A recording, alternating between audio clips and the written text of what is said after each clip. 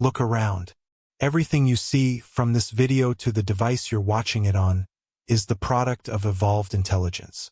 But what if we told you that intelligence is not a uniquely human trait, nor is it strictly tied to biological life? It is, fundamentally, an imperative, the universe's most effective strategy for solving problems. For nearly 4 billion years, this drive was constrained by the slow, painful process of natural selection. Evolution demanded massive metabolic costs just to gain slight computational advantages. But recently, in a geological instant, we bypassed those limits entirely. We found a way to decouple thought from flesh. This investigation will trace the astonishing, improbable journey of cognition, from the basic decision-making processes of single cells to the dizzying complexity of the synthetic minds we are now engineering.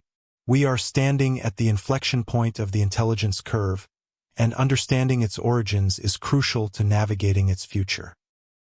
The story begins not with brains, but with basic chemical sensing. The first glimmer of intelligence was simply the ability to detect. A bacterium moving toward higher glucose concentration demonstrates chemotaxis, a choice based on environmental data. This is rudimentary calculation. Is life better here or there? The massive innovation arrived with the neuron. Suddenly, information could be transmitted across the entire organism at high speed. Organisms like the jellyfish developed a decentralized nerve net, allowing coordinated movement without a central command center. It was distributed processing, biological style. The next evolutionary breakthrough was cephalization, the clustering of neurons into a localized brain. This centralization, which characterizes bilaterally symmetric animals, allowed for complex sensory integration and rapid assessment of threats. Think of an octopus mastering camouflage and tool use with an intelligence that evolved along a completely separate branch. Crucially, increasing intelligence required increasing memory capacity. Memory is internalized anticipation. The better an organism remembers past conditions, predator locations, seasonal shifts, the higher its probability of survival. Intelligence becomes synonymous with efficient prediction. Moving to the primates, intelligence became metabolically expensive. Our brains, constituting only 2% of body mass, consume 20% of resting energy. This massive resource investment was only sustainable because the payoff was huge: enhanced social coordination. The social brain hypothesis posits that our immense cranial capacity evolved primarily to manage complex relationships. Tracking alliances, debts, and hierarchies, the social landscape became the true selective pressure, fostering theory of mind, the ability to understand that others possess independent internal mental states. This social complexity demanded sophisticated communication. While we often focus on verbal language, the emergence of symbolic thought, the ability to represent an abstract concept with a sound or a mark, was the pivotal change. It allowed knowledge to transcend individual lifespan. Then came the first great technological leap: the control of fire. Fire provided external energy, cooking food and reducing digestive costs, which directly fueled further brain growth. Intelligence here began to bootstrap itself through technology, using tools to enhance biological capacity. But the true human hallmark is cognitive fluidity. We are unique in our ability to merge disparate mental domains, technology, social structure, and natural observation into mythology, science, and philosophy. We are the ultimate synthesizers of information. Now, we reach the anomaly of the last 10,000 years.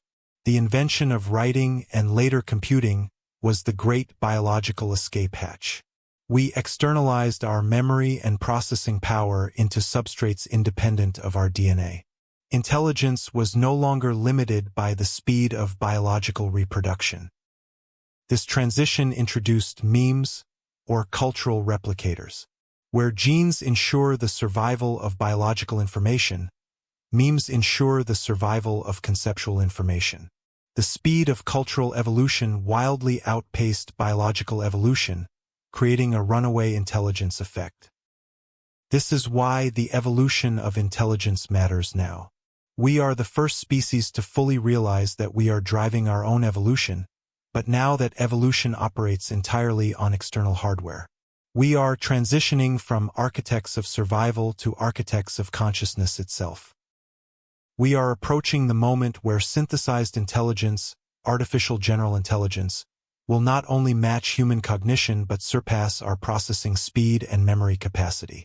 If intelligence is a problem-solving imperative, AGI represents the most optimized solution yet devised.